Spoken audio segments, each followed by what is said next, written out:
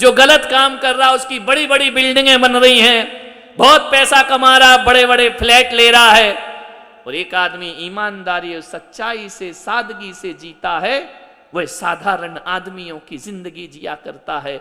कभी कभी अपने मन में आ जाता है यार कि चलो थोड़ा बहुत गलत अपन भी करते हैं, पैसा कभी अच्छे रास्तों से नहीं आता है, पैसा कभी सही रास्तों से नहीं आता है। हर गलत करने वाले आदमी के मन में यही भ्रम होता है। एक बात बताओ, कभी पिक्चर देखिए सचिन, रोज? तो कभी कभी रोज तो बनाते हैं, वो सही है, देखते कभी कभी, शूटिंग तो रोज चलती है ना? तो विचार करिए, पिक्चर देखने जाओ। पहले के जमाने में, हमारा जब जमाना था, अब आज का तो मुझे नहीं मालूम, 3 घंटे की पिक्चर होती थी, है ना? आज कितने की होती? 3 ही। पुरानी वाली देखते हो क्या? नई वाली नहीं देखते हो? अच्छा, पुरानी अपने जमाने 3 घंटे की पिक्चर होती थी हमारे समय। और पिक्चर में 2 चीज होती है, हर फिल्म की स्टोरी एक सी होती है, वही 2 प्रेमी प्रेमिका बिछड़ गए, मिल गए, लास्ट में मिल गए, जब अच्छे दिन आए दी एंड लिखा आ गया। जब तक बुरे दिन थे पिक्चर चल रही थी। विचार करिए, आप देखिए, एक विलन होता है और एक हीरो होता है पिक्चर में। 2.5 घंटे किसकी चलती है बोलो? खलनायक की चलती ना। इतने साधन होते हैं उसके पास, रिमोट से दबाओ और सारे काम हो जाया करते हैं, अपार धन दौलत होती है उसकी।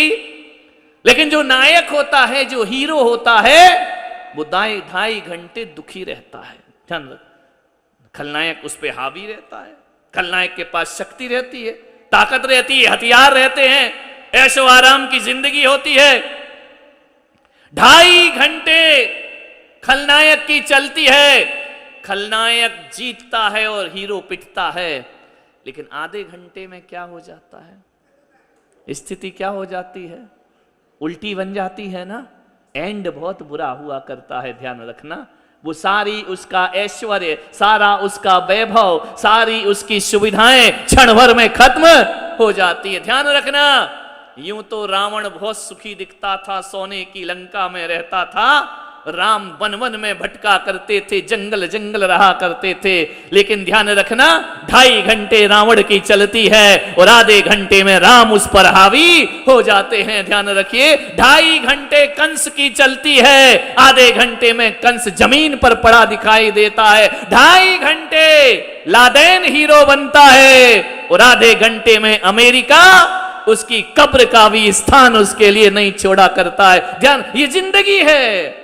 गलत काम एंड बुरा, अच्छे काम शुरुआत बुरी और एंड। ध्यान रखना, रावण भले सोने की लंका में रहता हो, लेकिन 2.5 घंटे बाद वो स्थिति पता चलती है कि 1 लख पूत 1.25 लख नाती, तह रावण घर दिया ना। कोई उसकी मजार पे दिया जलाने वाला। 2.5 घंटे का ऐश आराम का जीवन रावण ने जिया, लेकिन आधे घंटे बाद वो स्थिति हुई कि रावण के पुतले जलाए जाते हैं और राम के मंदिर बनाए जाते हैं। आधे घंटे की फिल्म में राम के मंदिरों का निर्माण हो जाया करता है। सोचना है अपने को, जिंदगी में ऐसे क्षण आएंगे नहीं, विचलित नहीं होना है।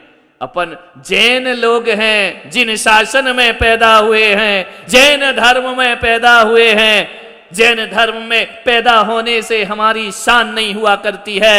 जैन आचरण को पालन करें तो हमारा धर्म दिग्दिगंत तक दिशा दसों हजारों वर्षों के लिए जी।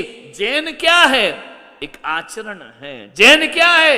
एक विचार है। जैन क्या है? एक चारित्र हुआ करता है। और आज पूरी दुनिया में 6 अरब से ऊपर की जनसंख्या है पूरे विश्व की।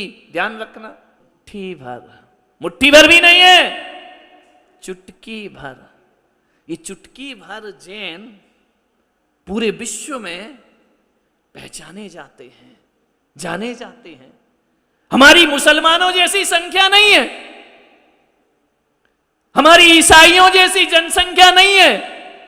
हम बहुत कम लोग हैं इस दुनिया में, लेकिन बहुत कम लोग होने के बाद भी आज सारी दुनिया विश्व में शांति लाने के लिए यदि किसी चीज को याद करती है और महत्व देती है तो महावीर के जियो और जीने दो को महत्व दिया करती है, महावीर की अहिंसा को महत्व दिया करती है, महावीर के सिद्धांतों को महत्व दिया करती है। सारी विश्व में जैनियों ने अपना परचम फैला रखा, कहीं भी जाओ उनका चरित्र उनकी पहचान है, उनका आचरण उनकी पहचान है।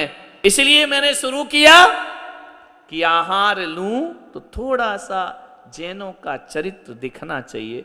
ये तो पहला चरित्र है कि हम रात्रि में भोजन नहीं करें, हम देव दर्शन करें, हम पानी छान करके पिएं। ये पहला कदम है। यदि ये तीन चीज हमारी समाज से गायब हो गई तो ध्यान रखना, दूसरों के द्वारा जैन धर्म का नाश नहीं होगा, जैनियों के द्वारा ही जैन धर्म का नाश। एक पहचान बना करके चलें अपनी जिंदगी में, पूजन से, भक्ति से। आज सारी दुनिया में हमारी पहचान है कि जैनी लोग सबसे ज्यादा दान दिया करते हैं। आज दुनिया में पहचान है, देश में जब भी प्राकृतिक आपदाएं आती हैं सबसे ज्यादा सहयोग करने वाली कोई समाज है तो जैन समाज हुआ करती है। आज पूरे में सर्वे हुआ, पूरे भारत में सबसे ज्यादा कोई पढ़ी लिखी समाज है तो वह जैन समाज हुआ करती है। सबसे ज्यादा टैक्स देने वाली समाज है तो वह जैन समाज हुआ करती है।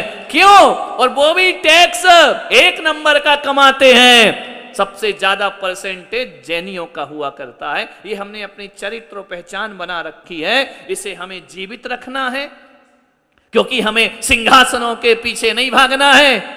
हम तो उस देश में पैदा हुए हैं कि पिता की आज्ञा पालन करना हो तो बेटा सिंहासन का त्याग कर दिया करता है, राजमहल का त्याग कर दिया करता है। ऐसे हमें अपने जीवन को धार्मिकता की ओर मोड़ने का प्रयास करना। एक उम्र होती है, एक उम्र हमारी हो चुकी है, बच्चे हमारे बराबर के हो रहे हैं, बड़े हो रहे हैं, बच्चे सब समझने लगे हैं। उस बीच भी यदि हमने अपना जैनाचरण अपने जीवन में नहीं लाए तो ना तो बच्चों का भविष्य बचेगा और ना हमारा बुढ़ापा बचने। उस चीज को जीवित रखिए, ये हमारी प्रेरणा रहती है। सतत पूजन भक्ति पाठ, आज इसके माध्यम से हम सामूहिक पुण्य का अर्जन कर रहे हैं। घर मंदिर में रोज पूजा करते हैं, वह सामूहिक पुण्य नहीं होता है, अपनी अपनी पूजा करते हैं और चले जाते हैं। जब कोई विधान होता है, अनुष्ठान होता है, सामूहिक पुण्य का बंध हुआ करता है, समूह रूप में पुण्य मिला करता है। सामूहिक पुण्य का मतलब क्या है? जब हम समूह में पुण्य कमाते हैं और जब कभी भवितव्यता जागृत होती है, कभी हमारा जीवन में कल्याण के रास्ते खुलते हैं, तो आप पढ़ते हो ना कि सम्मेद शिखर की स्टॉक से इतने इतने मुनियों को मोक्ष की प्राप्ति। वो कौन से लोग हैं? वो वही लोग हैं जो समूह में पुण्य किया करते हैं। जो समूह में पुण्य करते हैं वो समूह में निर्वाण को प्राप्त किया करते हैं। जो समूह में पाप करते हैं उन्हें सामूहिक। कभी कभी सुना है आपने कि बस जा रही है, एक्सीडेंट हो गया, बस पलट गई, लोग मर गए। विचार करिए, कौन कहां से था? सब एक ही घर के थे क्या? अलग अलग थे ना। कोई वापी से बैठा, कोई सूरत से बैठा, कोई मुंबई से बैठा, कोई भिलाड़ से बैठा। जगह जगह के लोग आकर बैठते हैं, बस पलटती है, लोग मर जाते हैं। आप बोलिए, ये जगह जगह रहने वाले लोग मरते समय एक साथ क्यों हो गए इकट्ठे? ध्यान रखना, एक साथ एक गाड़ी में आ गए, सब जगह से इकट्ठे होकर। ध्यान रखना, ये एक समय मृत्यु के समय इन्हें कर्मों का फल मिल रहा है। इन्होंने पिछले जन्म में सामूहिक पाप किया होगा, उसका फल इनको सामूहिक प्राप्त। तो अपन तो यहाँ बैठ करके सामूहिक पाप नहीं कर रहे हैं, अपन सामूहिक पुण्य का अर्जन कर रहे हैं। और ये समूह में कमाया हुआ पुण्य जब उदय में आता है तो आने वाले जन्मों में भले अलग अलग पैदा हो जाएंगे, जब पुण्य के क्षण आएंगे एक साथ आकर के बैठ। देखो, मैं कहाँ का, तुम कहाँ के, ये कहाँ का, कौन कहाँ का रहने वाला, किसका जन्म कहाँ होता है, कहाँ कौन बड़ा होता है, कहाँ कौन मृत्यु के क्षण को प्राप्त करता है, किसी का कोई भरोसा नहीं है। सब जगह जगह के यहाँ पर एकत्रित हुए हैं और एकत्रित होकर भगवान की महाअर्चना हम यहाँ पर कर रहे हैं, भगवान की पूजन कर रहे हैं। ये हमारे सामूहिक पुण्य का उदय हुआ करता है। जब इसका फल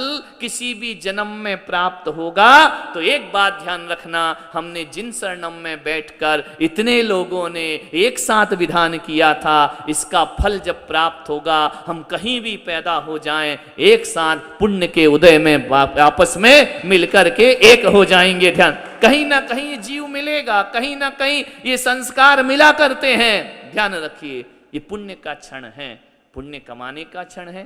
पाप भी समूह में कमा लेते हैं, पुण्य भी समूह में कमा लेते हैं। ऐसा नहीं होना चाहिए कि एक आदमी टॉकीज में बैठा पिक्चर देख रहा है और वह ये सोच रहा है कि यार मैं कहाँ टॉकीज में बैठा हूँ, कहाँ मैं मॉल में आकर के बैठा हूँ, कितने लच्छे होंगे वो लोग जो जिन शरणम में जाकर भगवान की पूजा करके पुण्य कमा रहे हैं, वो ये सोच रहा है। और ऐसा भी हो सकता है कि यहाँ जो बैठा है वो सोचे यार आज फंस गए तो फंस गए, क्या करें, सचिन की वजह से आना पड़ा हमको, विधान था, व्यवहार है, निभाना पड़ता है, हम इससे अच्छा घर में ही रहते तो हम भी किसी टॉकीज में जाकर पिक्चर देखते।